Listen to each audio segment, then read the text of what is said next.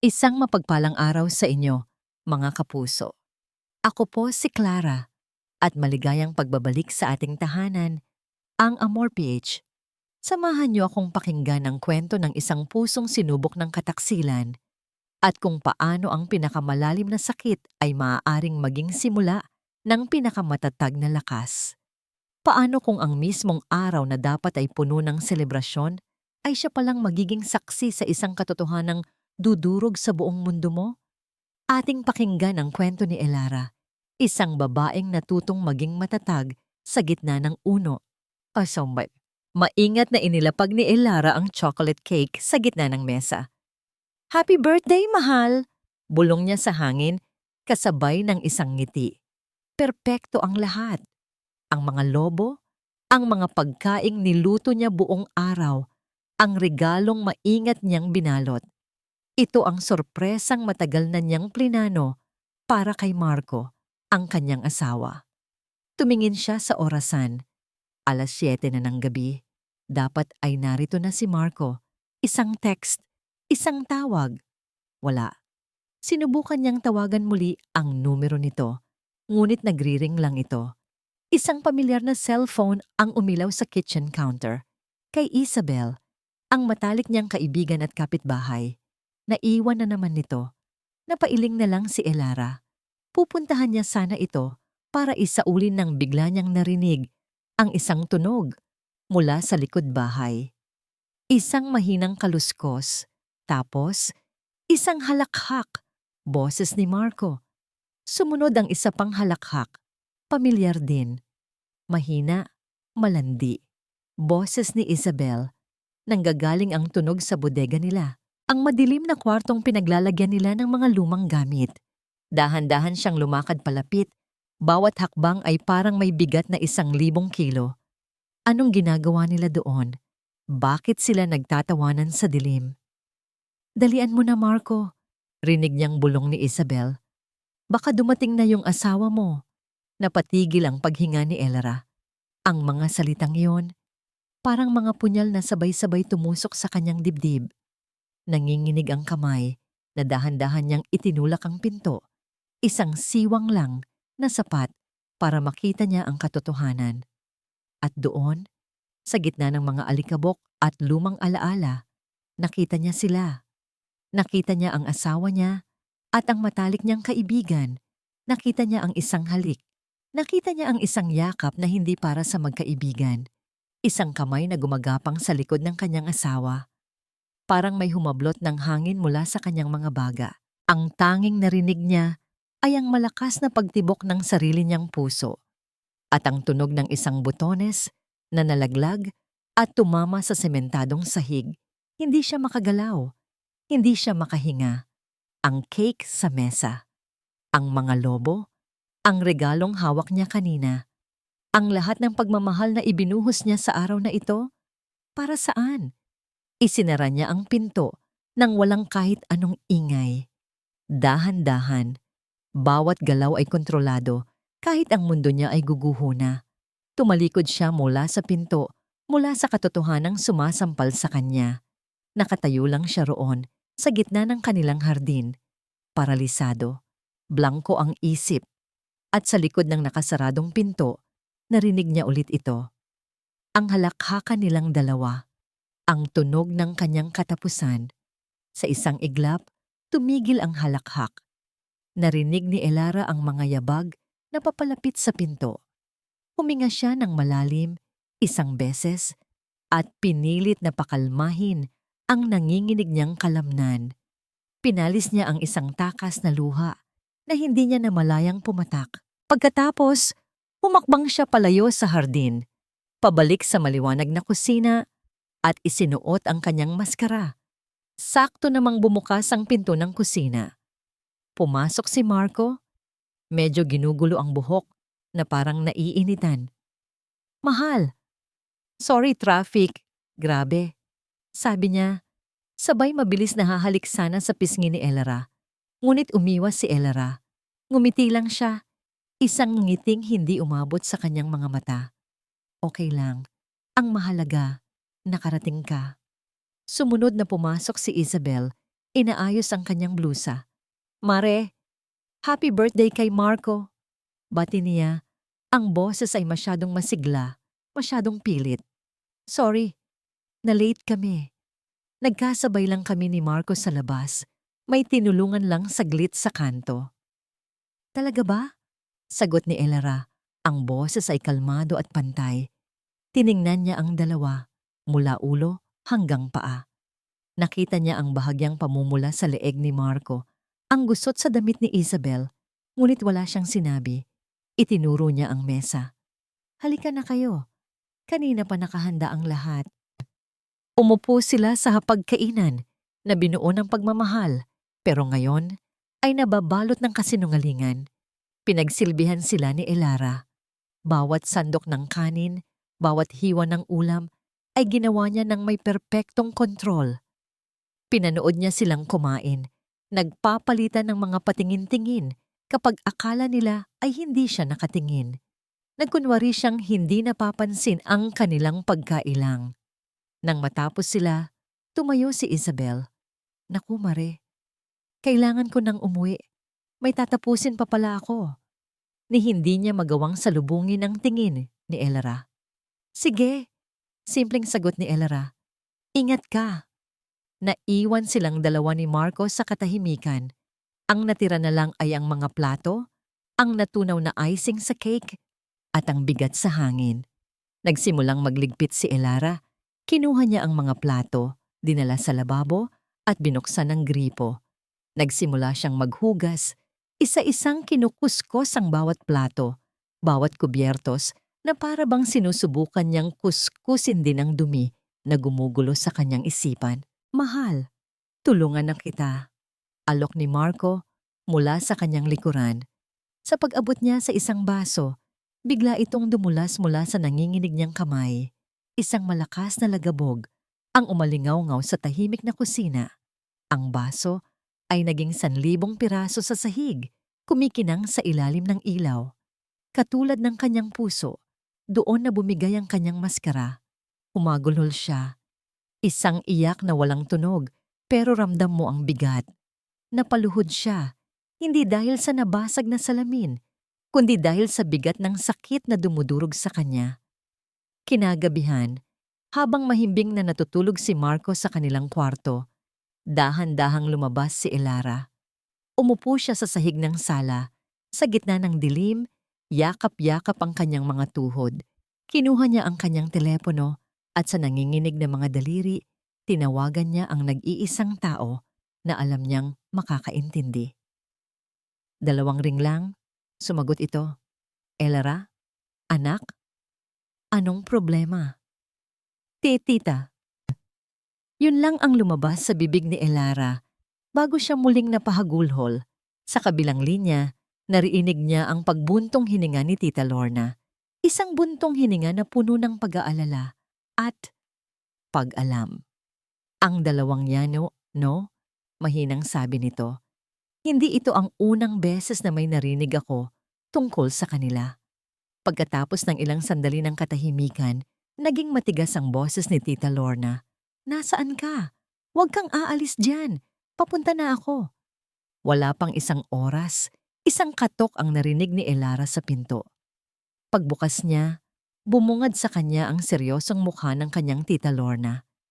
Hinawakan nito ang kanyang balikat, ang mga matay matalim na nakatitig sa kanya. "Tumayo ka dyan, Elara," sabi nito sa isang boses na hindi tumatanggap ng pagtutol. "Mag-usap tayo. Hindi pwedeng iiyak mo lang yan.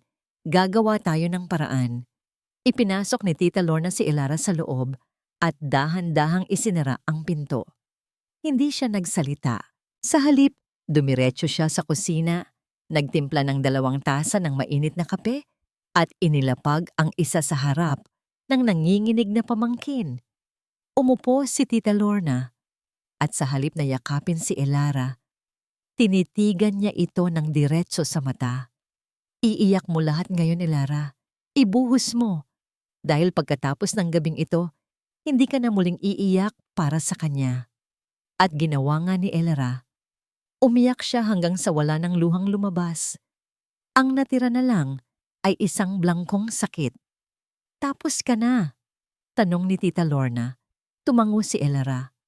Mabuti, sabi ng matanda, sabay higop sa kanyang kape. Ngayon, pakinggan mo ako. Ang kataksilan, masakit yan. Pero alam mo kung ano ang mas masakit? Ang kawalan ng utang na loob. Tumayo si Tita Lorna at nagsimulang maglakad-lakad sa sala. Ang bawat salita ay may bigat. Naaalala mo ba nung nagsisimula pa lang niyang si Marco? Sino ang nagbayad para makatapos siya ng kolehiyo? Ang tatay mo. Tumingin siya kay Elara.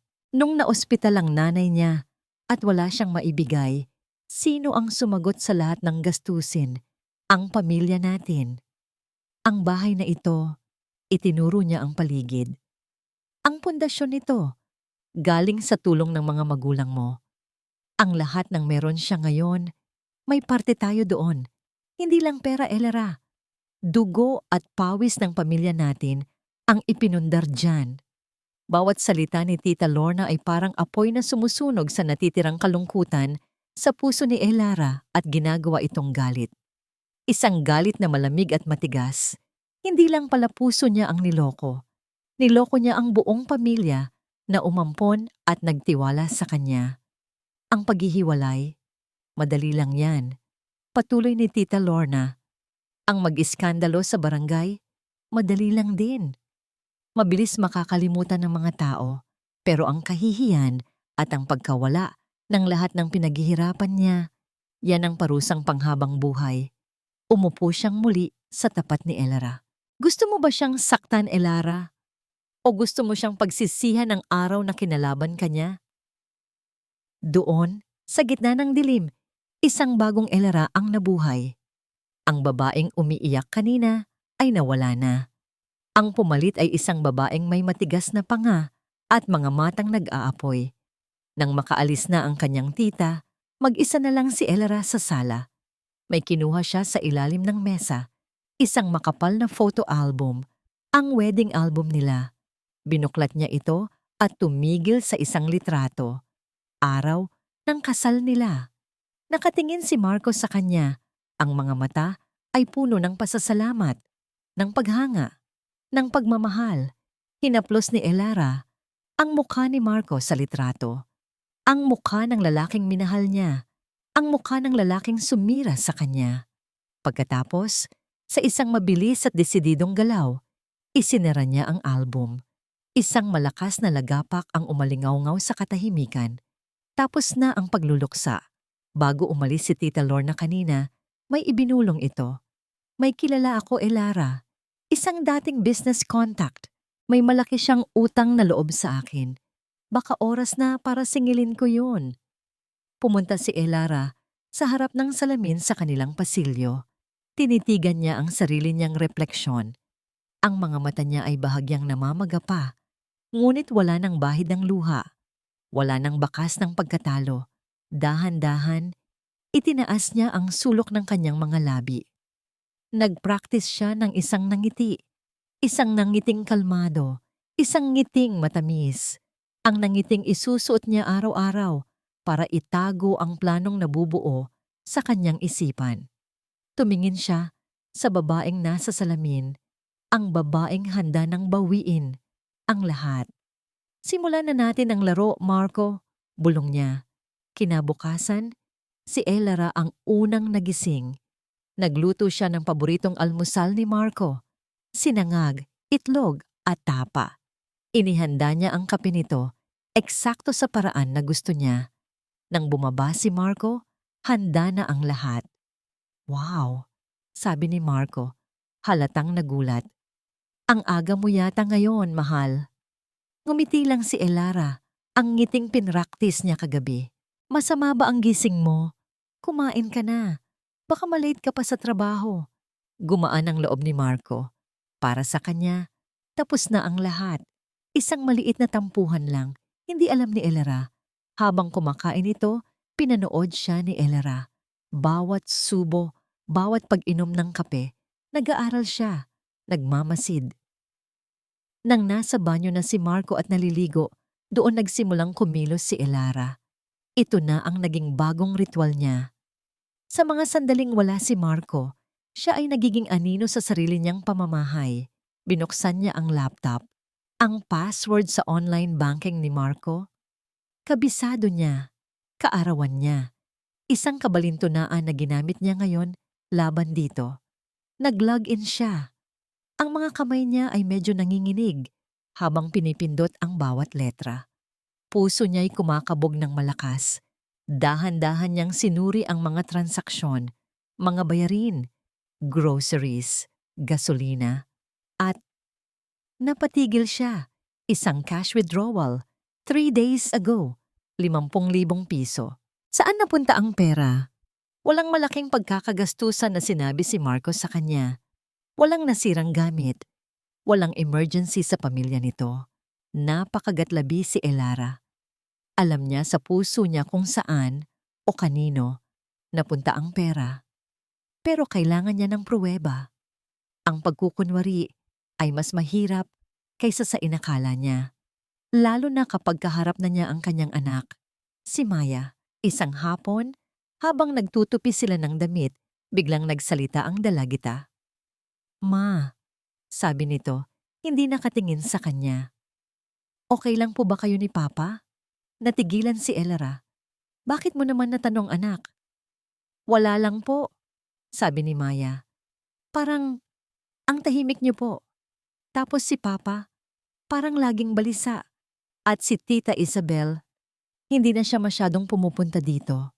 Bawat salita ni Maya ay parang isang karayom na tumutusok sa dibdib ni Elara. Ang bigat ng kasinungalingan ay halos magpabagsak sa kanya. Gusto niyang yakapin ang anak at sabihin ang lahat. Ngunit hindi pa ito ang tamang panahon. Ngumiti siya. Isang pilit na ngiti. "Pagod lang siguro kami sa trabaho, anak. Huwag mo nang isipin yun. Okay lang kami." Tumangulang si Maya, pero alam ni Elara na hindi ito kumbinsido. Bago nito ibinalik ang tingin sa mga damit, niyakap siya nito ng mahigpit. "I love you, Ma," bulong nito. Sa yakap na yon, halos bumigay si Elara. Ito ang pinakamahirap na parte. Ang magsinungaling sa nag-iisang tao na gusto niyang protektahan. Ito ang nagpapaalala sa kanya kung bakit kailangan niyang maging matatag. Para sa kinabukasan nilang dalawa ni Maya. Kinabukasan, habang nagdidilig si Elara ng halaman sa labas, dumating si Isabel. May dalang paper bag. "Mare," masayang bati nito, pero ang mga matay hindi makatingin ng diretso. "Gumawa ako ng paborito mong pichi-pichi. For you." "Salamat, Isabel," sabi ni Elara. Pinipilit pasiglahin ang boses. "Halika, pasok ka muna." Umupo sila sa sala. Nagkunwari silang nagkakamustahan, nagtatawanan sa mga lumang kwento na para bang walang multong nakapalibot sa kanila. Iniwan ni Isabel ang kanyang cellphone sa center table, screen up. Habang tumatayo si Elara para kumuha ng baso, biglang umilaw ang screen ng telepono. Isang notifikasyon. Mabilis itong sinulyapan ni Elara. Isang sulyap na hindi tatagal ng 1 segundo. Sapat na yon para mabasa niya. Isang email mula sa isang kilalang jewelry store.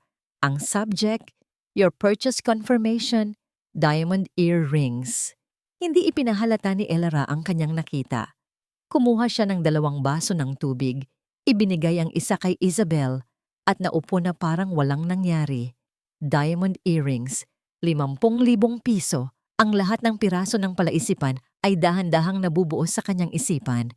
Kinagabihan, pagkatapos niyang patulugin si Maya, tinawagan niya si Tita Lorna. "Tita, oras na," sabi niya. Ang boses ay matatag at puno ng determinasyon. Kailangan na nating ihagis ang pain. Sa kabilang linya, narinig niya ang pagngisi ng kanyang tiyahin. "Handa na ang lahat, anak. Sabihin mo lang kung kailan." Makalipas ang 2 araw, muling dumalaw si Isabel. Ito na ang pagkakataon ni Elara. Habang nagkakape sila sa kusina, sinadya ni Elara na iwan ang kanyang telepono sa mesa. Bigla itong nag-ring. Ang pangalan ni Tita Lorna ang lumabas sa screen. Sinadya niyang ilagay ito sa loudspeaker, Sapat na lakas para marinig sa buong kusina. "Hello, tita?" Masayang bati ni Elara. "Elara, kamusta na?" Umalingaw-ngaw ang boses ni Tita Lorna. "Naku, tumawag lang ako para ibalita sa'yo. Yung pinsan mo si Agnes, grabe, bukas na ang pangatlong branch ng Carinderia franchise niya. Ang lakas ng kita." Napatingin si Isabel kay Elara. Ang mga mata ay nagpapakita ng interes. Nagpatuloy si Tita Lorna. "Sabi ko na sa'yo, yun ang aabangan ngayon. Maliit lang ang puhunan, pero triple lang balik agad sa loob ng 6 na buwan. Sayang na nga, may isang slot pa na ino-offer ang may-ari sa atin, exclusive para sa pamilya. Kaso, wala naman akong hawak na ganoong kalaking pera ngayon." Sinadya ni Elara na tumingin kay Isabel at ngumiti ng alanganin. "Talaga, tita? Naku, mukhang maganda yan ah. Kaso, alam mo na, si Marco, mahigpit sa budget ngayon." Hay nako, yan ang hirap sa mga lalaki. Hindi nakakakita ng opportunity. Patuloy ni Tita Lorna. "O sige na, ibabalita ko lang yon. Bye." Pagkababa ng telepono, katahimikan ang namayani. Uminom si Isabel ng kanyang kape, pero ang mga mata niya ay malayo ang tingin. Halatang nag-iisip ng malalim. Maya-maya, tumayo si Elara para kunin ang isang folder sa kanyang study table. Sa paglalakad niya pabalik, sinadya niyang aksidenteng mahulog ito sa sahig. Malapit sa paanan ni Isabel, kumalat ang mga papel. "Ay nako," sabi ni Elara. "Ako na, Mare." Mabilis na sabi ni Isabel at pinulot ang mga papel. Sa ibabaw ng mga ito, nakasulat sa malalaking letra, Caldero King Franchise Proposal. Nakita ni Elara ang mabilis na pagsulyap ni Isabel sa mga numero, sa mga salitang projected income at return of investment. Nakita niya ang kislap ng kasakiman sa mga mata nito bago maingat na ibinalik sa kanya ang folder. "Salamat, Mare," sabi ni Elara. Kinuha ang folder na para bang walang kahulugan yon. Hindi nagtagal, nagpaalam na si Isabel.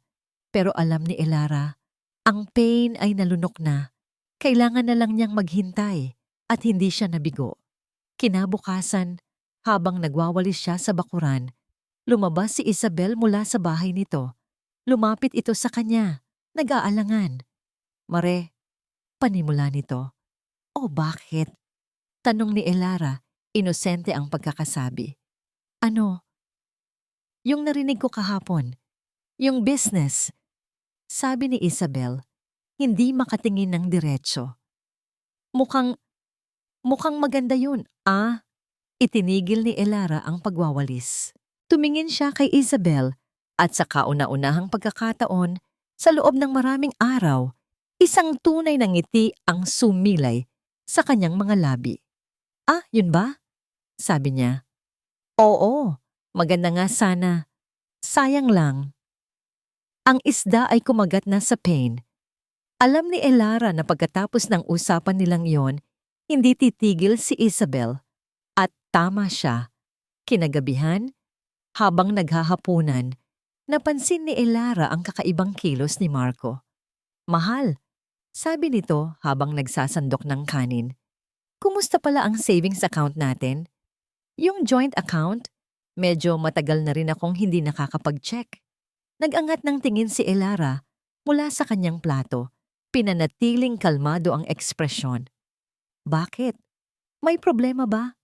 "Okay naman. May kaunting laman pa." "Wala naman." Mabilis na sagot ni Marco. Umiiwas ang tingin. "Naisip ko lang, para kung may biglaang pagkakagastusan, prepared tayo." Hindi na nagsalita si Elara, ngunit sa loob-loob niya, alam na niya na iparating na ni Isabel ang lason. Sa mga sumunod na araw, naging obsessed si Marco sa ideya ng negosyo. Palagi niyang naririnig mula kay Isabel kung gaano kalaki ang potensyal ng Caldero King. Para kay Marco, na palaging nakakaramdam na mas mababa siya kumpara sa pamilya ni Elara, ito na ang pagkakataon niya. Ito na ang paraan para mapatunayan sa lahat, lalo na sa biyenan niya, na kaya niyang tumayo sa sarili niyang mga paa, na kaya niyang yumaman nang hindi umaasa sa tulong nila. Isang gabi, umuwi si Marco na may malaking ang ngiti. "Mahal, guess what?" Masayang sabi nito. "Na-promote ako. Assistant manager na ako." "Wow, congratulations!" sabi ni Elara. Ngumiti siya ng matamis at niyakap ito. "Ang galing-galing mo naman." Habang nakayakap sa kanya, naramdaman ni Elara ang pagmamayabang nito. "Sabi ko sa'yo bulong nito. "Ito na ang simula. Mula ngayon, ako naman ang bahala sa atin. Hindi mo na kailangang mag-alala sa pera." Ngumiti lang si Elara. Isang ngiting puno ng kahulugan na hindi kailanman maiintindihan ni Marco. "Hayaan mo siyang mangarap," bulong niya sa sarili. Dahil malapit na siyang magising sa isang masakit na bangungot. Kinahapunan, habang nasa trabaho si Elara, nakatanggap siya ng isang text message mula kay Maya. "Ma, I saw Papa with Tita Isabel sa mall. They look like they were arguing." Kumunot ang noo ni Elara. Nag-aaway? Tungkol saan? Sa pera? Sa kanilang relasyon? O baka naman sa negosyong pinapangarap nila? Isa na namang piraso ng palaisipan na kailangan niyang tandaan. Pag-uwi ni Marco ng gabing iyon, halatang balisa ito. Hindi ito mapakali. Pagkatapos ng hapunan, lumapit ito sa kanya habang nanonood siya ng TV. "Mahal," panimula nito. Ang boses ay mahihay, mababa at alanganin. Pinatay ni Elara ang TV at hinarap ito. "Bakit?" "Kasi yung kotse, medyo may naririnig akong kakaibang tunog sa makina." Pagsisinungaling nito. "Kailangan ko sigurong dalhin sa talyer bukas. Baka malaki ang aabutin." Tinitigan ni Elara si Marco ng diretso sa mga mata. Nakita niya ang pagkabalisa, ang kasinungalingan. Hindi siya kumurap. Sa loob ng ilang segundo, akala ni Marco ay nahuli na siya. Ngunit pagkatapos, ngumiti si Elara. Isang ngiting mapagkakatiwalaan, isang nabanggiting na nagbibigay pahintulot. "Sige mahal," sabi niya sa malambing na boses. "Huwag kang mag-alala. Kukunin ko sa bangko bukas ang kailangan mo. Anything for you." Kinabukasan, gaya ng ipinangako, nag-withdraw si Elara ng pera. Ngunit hindi niya ito ibinigay kay Marco. Itinago niya ito sa isang ligtas na lugar. Ang perang ito ay magiging parte ng pinal na pagbagsak nito. Alam niyang magkikita sina Marco at Isabel at alam niyang kailangan niya itong makita. Nagpaalam siya sa trabaho, sinabing masama ang kanyang pakiramdam. Sinundan niya si Marco pagkaalis nito ng bahay.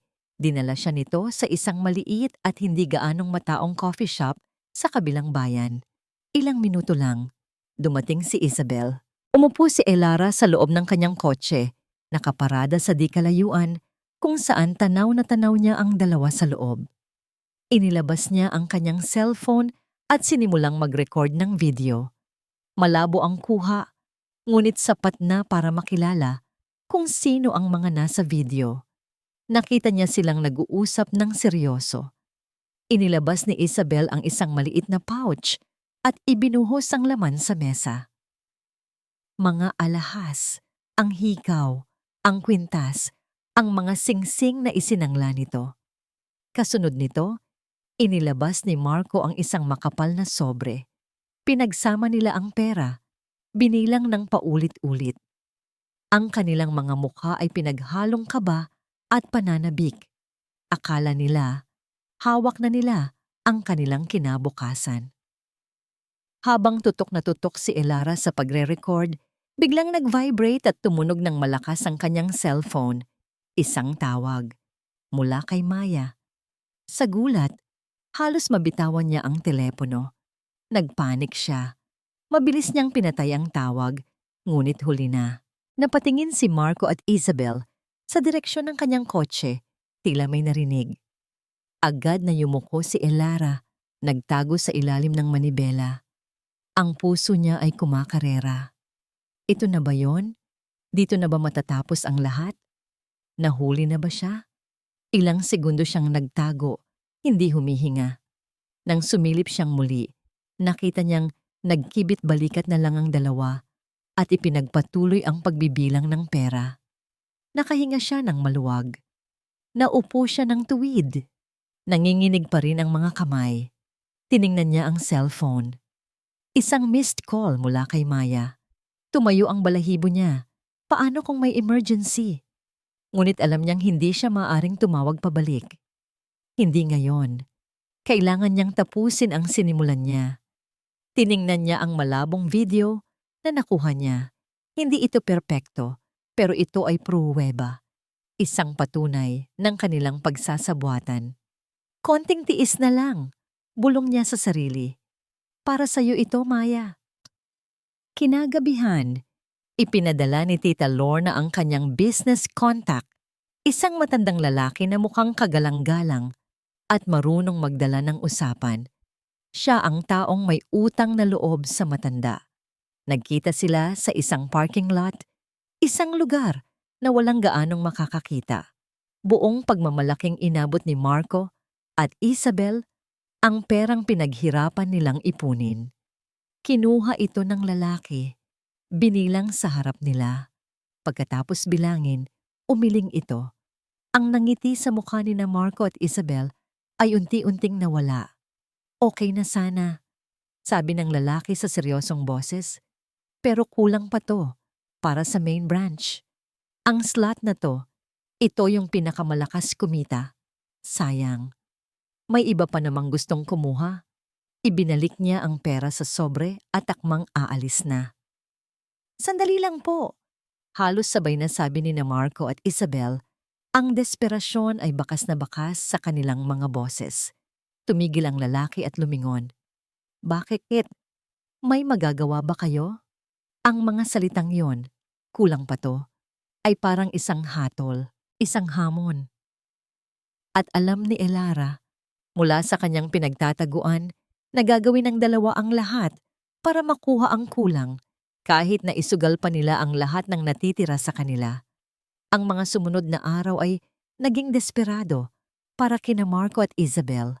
Ang takot na mawala ang once-in-a-lifetime opportunity ay mas matindi pa kaysa sa kanilang pag-iingat. Naging sunod-sunuran sila sa bawat idinidikta ng contact ni Tita Lorna na palaging nagpapaalala na may iba nang nakaabang sa slot.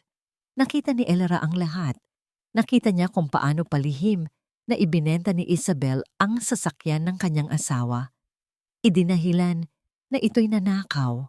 Narinig niya ang mga usapan nito sa telepono. Nangungutang sa mga kamag-anak sa probinsya, nangangako ng malaking tubo. Ngunit ang pinakamasakit para kay Elara ay ang ginawa ni Marco. Isang hapon, umuwi si Elara mula sa trabaho at nakita ang isang sobre mula sa bangko na naka-address kay Marco. Hindi niya ito binuksan, ngunit alam niya, may kutob siya. Kinagabihan, habang natutulog si Marco, kinuha niya ang mga susi nito at binuksan ang glove compartment ng kotse. At nandoon nga, isang kopya ng papeles, isang loan application. Isinangla ni Marco ang bahay nila. Ang bahay na itinayo mula sa tulong at sakripisyo ng mga magulang ni Elara nang walang paalam sa kanya. Napasandal si Elara sa kotse. Hawak ang mga papeles, ang dibdib ay naninikip. Hindi dahil sa pera, kundi dahil sa sukdulang pambabastos. Ito na ang huling pusta, ang huling sampal sa kanyang pagkatao. Dumating ang araw ng fiesta sa kanilang barangay. Isang araw na puno ng tugtugan, tawanan, at pagkain. Para kay Elara, ito ay isang entablado para sa isa na namang pag-arte. Kinailangan niyang ngumiti, makipagkwentuhan sa mga kapitbahay, at makipagplastikan sa 2 taong sumisira sa buhay niya. Habang abala ang lahat sa panonood ng palaro, lumapit sa kanya si Isabel. May dalang plato ng spaghetti. Mare, tikman mo to, sabi nito. Ang nangiti ay abot tenga. Special recipe ko yan. Naupo ito sa tabi ni Elara. Alam mo, Mare, bulong nito, hinawakan pa ang kamay ni Elara. Swerte mo talaga kay Marco. Masipag, gagawin ang lahat para sa pamilya. Tumingin si Elara sa mga mata ni Isabel. Sa likod ng pagkukunwari, nakita niya ang pagkasabik. Ang pag-aakalang malapit na siyang magtagumpay. Ngumiti lang pabalik si Elara, isang ngiting kasing talim ng patalim. Hindi niya binitawan ang kamay ni Isabel. Sa halip, mas hinigpitan niya pa ang hawak dito. Swerte nga ako, sabi ni Elara. Ang boses ay matamis, ngunit may kakaibang lamig. At swerte din ako na may kaibigan akong tulad mo. Bago pa man makasagot si Isabel, isang batang kapitbahay ang lumapit kay Elara. Ate Elara, may nagpapabigay po sa inyo. Inabot nito ang isang puting sobre, walang pangalan ng nagpadala. Nagpasalamat si Elara at binuksan ito. Sa loob, may isang luma at kupas na litrato. Isang litrato ni Marco noong binata pa. Masayang nakaakbay sa isang babaeng hindi niya kilala. Sa likod ng litrato, may nakasulat. Akala mo kilala mo na siya? Kinabahan si Elara. Sino ito? Ano ang ibig sabihin nito? Isa na namang sikreto? Bago pa man niya ito mapag-isipan ng husto, tumunog ang telepono ni Marco na nasa mesa. Isang text message mula sa contact. Mabilis itong binasa ni Marco at pagkatapos ay tumingin kay Isabel. Isang makahulugang ngangitian ang namagitan sa kanila. Maya-maya, lumapit si Marco kay Elara. Mahal, sabi nito, puno ng pagkasabik. May good news ako. May bonus akong matatatanggap. Para i-celebrate, gusto kong mag-host ng family dinner sa Sabado. Imbitahin natin sina Mama at Papa, pati ang mga magulang mo. Tumingin siya kay Isabel. Pati na rin kayo, syempre, isama mo ang pamilya mo. Tumango si Elara. Itinatago ang litratong hawak niya, ang family dinner. Ito na pala, ang huling akto. Sige, mahal, sagot niya. Ako ang bahala. Ipaghahanda ko sila ng isang gabing hindi nila malilimutan. Ang mga sumunod na araw ay ginugol ni Elara sa paghahanda para sa family dinner. Para sa lahat, siya ay isang masigasig na asawa at hostess. Ngunit sa bawat paghiwa niya ng gulay, sa bawat paghalo sa kaldero, mayroon siyang ibang inihahanda. Isang perpektong bagyo. Personal niyang tinawagan ng lahat. Ang kanyang mga magulang, ang mga magulang ni Marco, na nakatira pa sa probinsya at masayang-masaya sa balitang may bonus ang kanilang anak. At ang huli, si David, ang asawa ni Isabel. David, kamusta? Sabi ni Elara sa telepono. Ang boses ay kalmado. Maghahanda ako ng maliit na salo-salo sa Sabado. Celebration para sa promotion ni Marco. Sana makapunta kayo ni Isabel. Talaga? Sige, sige. Sagot ni David sa kabilang linya. Salamat sa pag-imbita, Elara. Dadating kami. Sa bawat pagkumpirma na natatanggap niya, lalong tumitibay ang kanyang loob. Kumpleto na ang mga manonood. Bago dumating ang Sabado, may ginawa si Elara. Pumunta siya sa isang electronic store at bumili ng isang maliit na spy camera na kayang mag-record ng malinaw kahit sa dilim. Maingat niya itong ikinabit sa isang sulok ng kanilang sala, nakatago sa likod ng isang palamuting halaman, nakatutok ng diretso sa hapagkainan. Dumating ang gabi ng Sabado. Dumating ang mga magulang ni Elara, dala ang paboritong prutas ng anak. Dumating ang mga magulang ni Marco, pagod sa biyahe ngunit masaya para sa tagumpay ng kanilang bunso. Dumating si David na walang kamalay-malay. At huling dumating sina Marco at Isabel. Pumasok sila na parang sila ang hari at reyna ng gabi.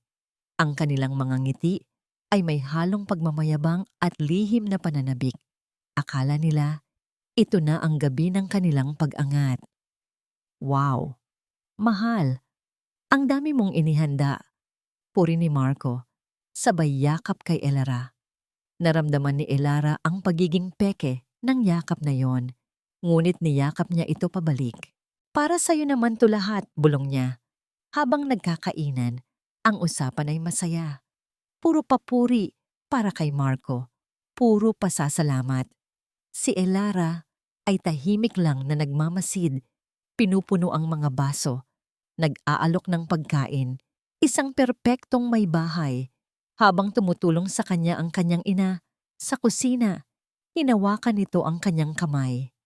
"Anak," sabi nito, "iba ka ngayon. Parang mas matatag ka. May problema ba?" Hinalikan lang ni Elara ang kamay ng kanyang ina. "Wala po, Nay. Masaya lang po ako para kay Marco." Nang matapos ang lahat kumain, at habang nagkakape na lang, tumayo si Elara. Kumuha siya ng isang kutsara at marahang itiningting sa kanyang baso. Agad na natahimik ang lahat, ang kanilang atensyon ay napunta sa kanya. Ngumiti siya, isang ngiting nakakakilabot sa tamis. "Welcome everyone," panimula niya. Ang boses ay malinaw at matatag. "Salamat sa pagdating ninyo. Bago tayo magpatuloy, may munti akong regalo. Hindi lang para sa birthday boy na si Marco, kundi para na rin sa ating pinakamamahal na kapitbahay, si Isabel." Nagkatinginan sina Marco at Isabel, may halong pagtataka at kaunting kaba. Itinuro ni Elara ang malaking telebisyon sa sala. Kinuha niya ang remote control. Sa isang pagpindot, umilaw ang screen. Sa una, mga masasayang litrato ang lumabas sa screen. Mga larawan mula sa kasal nina Elara at Marco. Mga family picture kasama si Maya. Mga kuha mula sa mga nakaraang fiesta, kasama ang mga kapitbahay, kung saan laging magkatabi sina Elara at Isabel nakangiti na parang tunay na magkapatid. "Ang sweet naman, anak," sabi ng ina ni Marco, nakangiti. Ngunit dahan-dahan, nag-iba ang tono ng mga litrato. Sumunod na lumabas ang isang malabong video. Ang video na kinunan ni Elara mula sa kanyang kotse. Kitang-kita ang coffee shop at ang 2 taong nakaupo doon, sina Marco at Isabel. Kitang-kita ang paglalabas nila ng pera at mga alahas. Nawala ang ngiti sa mukha ng lahat. Ang ina ni Marco ay napatingin sa anak. Nagtatanong. Si David naman ay kumunot ang noo. Tila hindi maintindihan ang pinapanood. Hindi pa doon natapos. Sumunod ang mga screenshot ng mga text messages, mga mensaheng nakuha ni Elara mula sa bill ng telepono, mga salitang matatamis, mga planong magkita, mga sikretong hindi para sa magkaibigan lang. "Miss na kita. Ingat ka sa asawa mo. Malapit na. Konting tiis na lang." Kasunod nito, ang mga bank statement. Ang 50,000 pisong cash withdrawal. Ang loan application para sa bahay na may pirma ni Marco. Ang sala ay nabalot ng nakabibinging katahimikan. Walang nangahas na gumalaw. Ang tanging maririnig ay ang mahinang pag-click ng slideshow. At para sa huling pasabog, lumabas ang isang litrato. Isang malinaw na larawan, kuha mula sa isang anggulong tago. Ang petsa sa ilalim ng litrato, ang mismong gabi ng kaarawan ni Marco. Ang lokasyon, ang madilim nilang bodega. Ang nasa larawan, si Marco at si Isabel magkayakap at naghahalikan. Doon na gumuho ang mundo. "Ano to, Marco?" Ang unang sigaw na bumasag sa katahimikan mula sa ama ni Elara. Napatayo ito sa galit. "Hayop ka!" Sigaw ni David. Ang mga mata ay nanlilisik habang nakatingin sa asawa niyang si Isabel, na namumutla at hindi makapagsalita. Ang ina ni Marco ay napahawak sa dibdib, hindi makapaniwala. Isang malakas na sampal ang dumapo sa pisngi ni Marco. Galing sa sarili niyang ina. "Wala kang hiya. Matapos ang lahat ng ginawa nila para sa'yo, ito ang igaganti mo."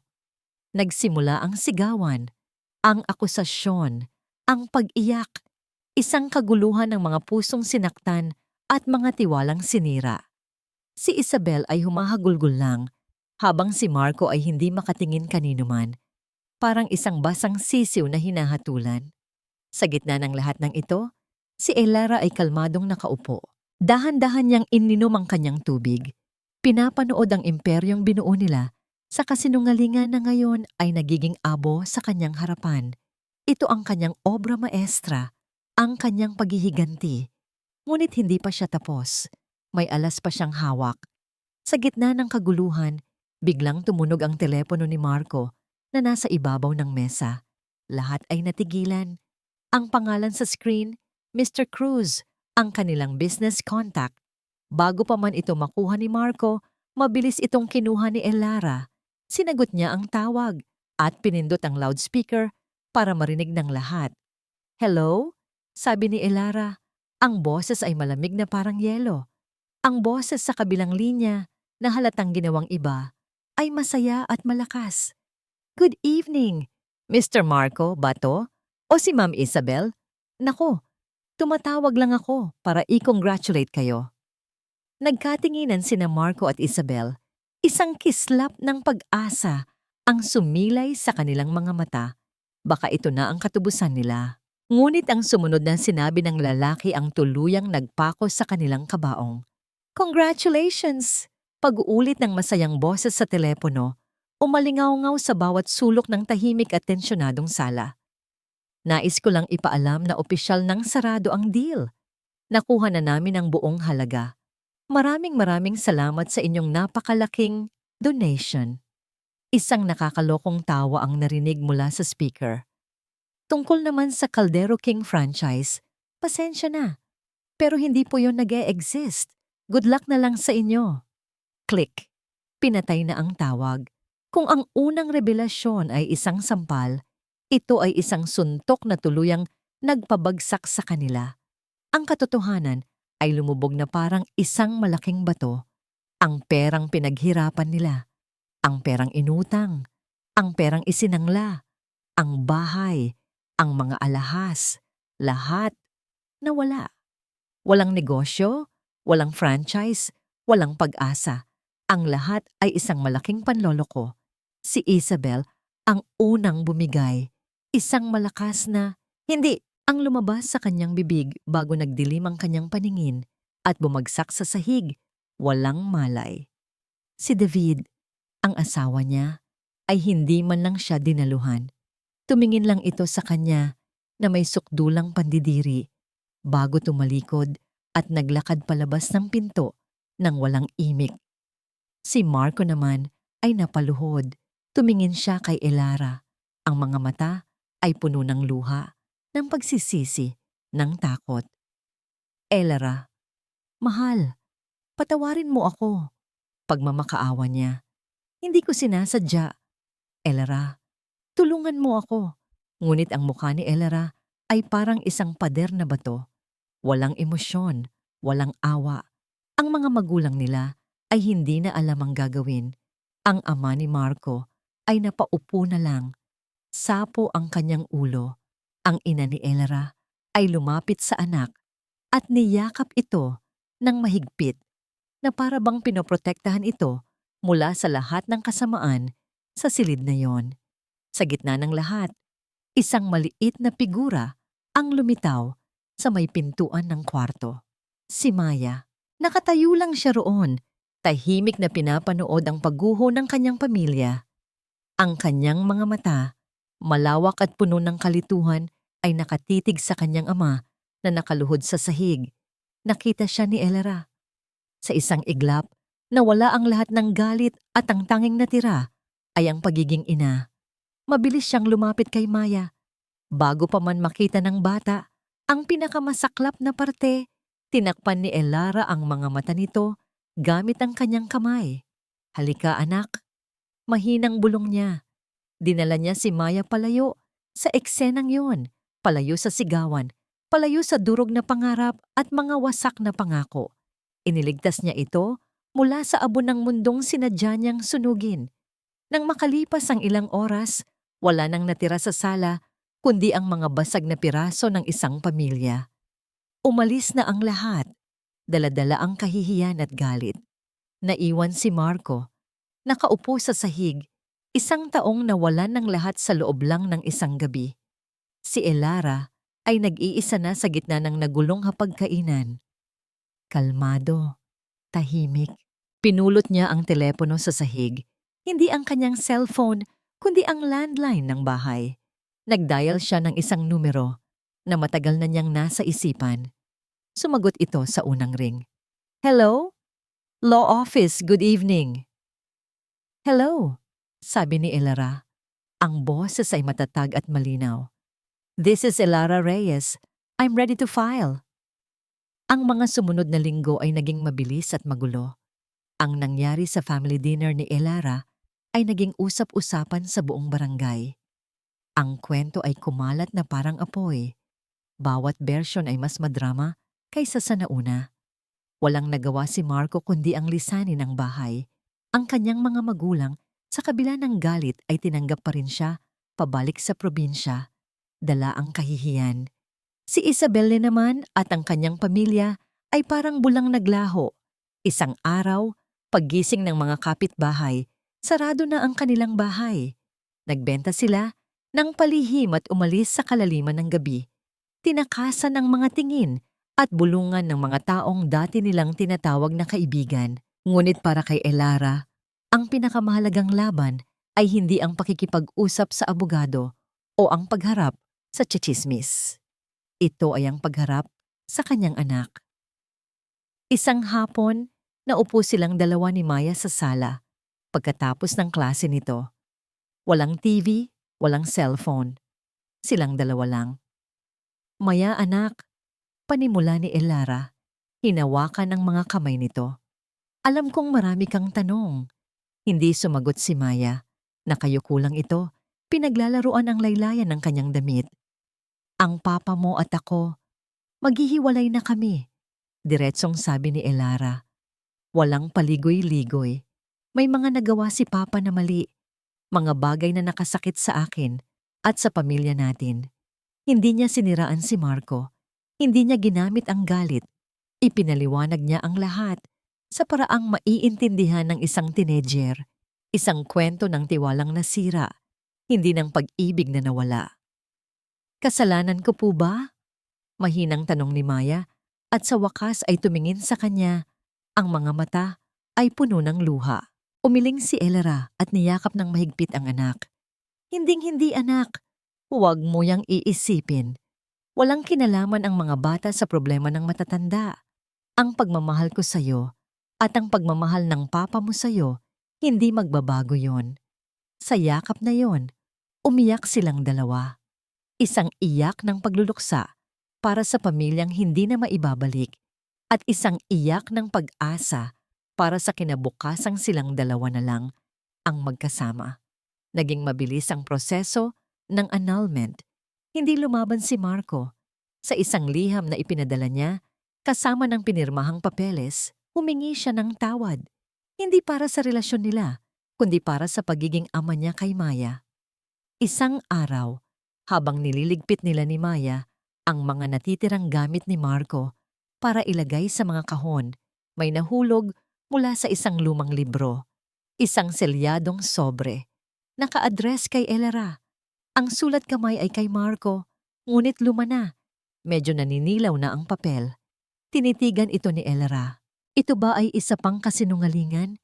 Isa pang lihim? Pinagmasdan niya ang sobre sa kanyang kamay. Ang nakaraan at ang hinaharap, tila nag-aagawan sa isang pirasong papel. Bubuksan ba niya ito at hahayaang muling pumasok ang multo ng kahapon? O itatapon na lang niya ito kasama ng iba pang basura at tuluyan ng magsimula ng panibagong buhay? Isang taon ang lumipas. Ang dating bahay na puno ng tensyon at kasinungalingan ay napalitan ng amoy ng bagong lutong tinapay at ng matamis na tawanan. Ginamit ni Elara ang perang nakuha niya mula sa pagkakabenta ng kanilang lumang bahay kasama ang tulong mula sa kanyang mga magulang para buksan ang isang maliit na bake shop sa bayan. Himala Bake Shop ang pangalan nito. Isang pangalang sumasalamin sa kanyang sariling himala. Si Elara ay ibang-iba na. Ang kanyang mga ngiti ay totoo na. Ang kanyang mga mata ay may kislap ng kapayapaan. Hindi na siya ang babaeng nagtatago sa likod ng isang maskara. Siya na ngayon ang nagmamay-ari ng kanyang kwento. Si Maya naman ay isang masayang dalagita. Ang sakit ng nakaraan ay naroon pa, ngunit natutunan na niyang unawain ito. Mas naging malapit sila ng kanyang ina, naging magkaibigan at magkakampi sa kanilang bagong buhay. Isang hapon, habang abala si Elara sa pag-aayos ng mga cake sa display, Isang pamilyar na anino ang tumigil sa tapat ng kanyang bake shop, si Marco. Mas payat, mas simple ang pananamit at may bakas ng pagod at pagsisisi sa kanyang mukha. Nag-atubili itong pumasok. Lumabas si Elara. Marco, bati niya. Ang boses ay kalmado. Elara, sagot nito. Kamusta ka na? Maayos naman kami, sabi ni Elara. Ikaw? Heto, nagsisikap, sabi ni Marco.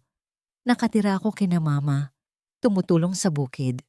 Nagkaroon ng mahabang katahimikan. Elara, gusto ko lang humingi ng tawad. Muli, alam kong huli na ang lahat, pero gusto ko lang malaman mo, nagsisisi ako. Araw-araw. Tinitigan ni Elara ang lalaking minsan niyang minahal ng buong puso. Wala na ang galit. Wala na ang sakit. Ang natira na lang ay isang pakiramdam ng pagsasara. Pinapatawad na kita, Marco, sabi niya. At sa pagsabi niya noon, naramdaman niyang isang malaking tinik ang nabunot mula sa kanyang dibdib. Hindi pagpapatawad para sa kanya, kundi pagpapatawad para sa sarili niya, para tuluyan na siyang makalaya. Hindi ibig sabihin nito na babalik pa tayo sa dati. Tapos na ang kabanata natin, pero pinapatawad na kita para sa kapayapaan nating pareho. Tumango si Marco, ang mga mata ay may bahid ng luha. Salamat, Elara. Salamat. Bago ito tumalikod, may naalala si Elara. Marco, yung sulat.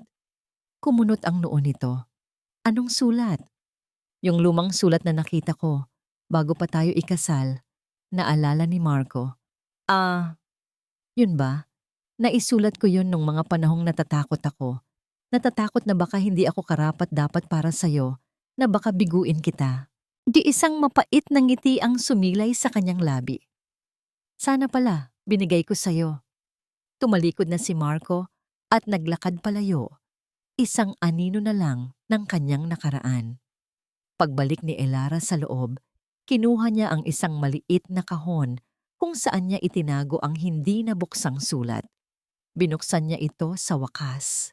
Ang sulat ay puno ng mga pangarap ng isang binatang Marco. Pangarap para sa kanila.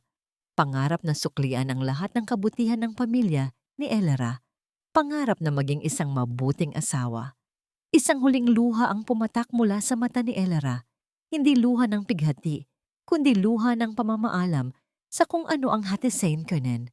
Maingat niyang itinupi ang sulat at ibinalik sa kahon. Isinara niya ito at kasabay nito, isinara na niya ang huling pahina ng kanilang kwento. Isang customer, isang batang babae na mukhang problemado, ang lumapit sa counter. Ate, sabi nito, pabili po ng isang slice ng cake. Para sa nanay ko po. Nag-away po kasi sila ng tatay ko. Ngumiti si Elara. Kumuha siya ng pinakamalaking slice, inilagay sa isang magandang kahon at inabot sa bata. Heto, wag mo nang bayaran. Regalo ko na sa nanay mo. Pakisabi sa kanya, lahat ng bagyo dumadaan din. Habang papalabas ang bata, pumasok naman si Maya, galing sa eskwela, may dalang isang malaking nangiti.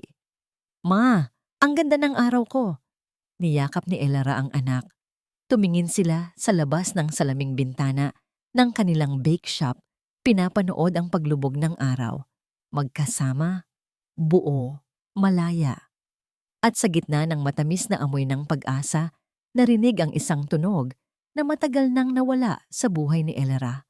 Ang tunog ng kanyang sariling, tunay na halakhak.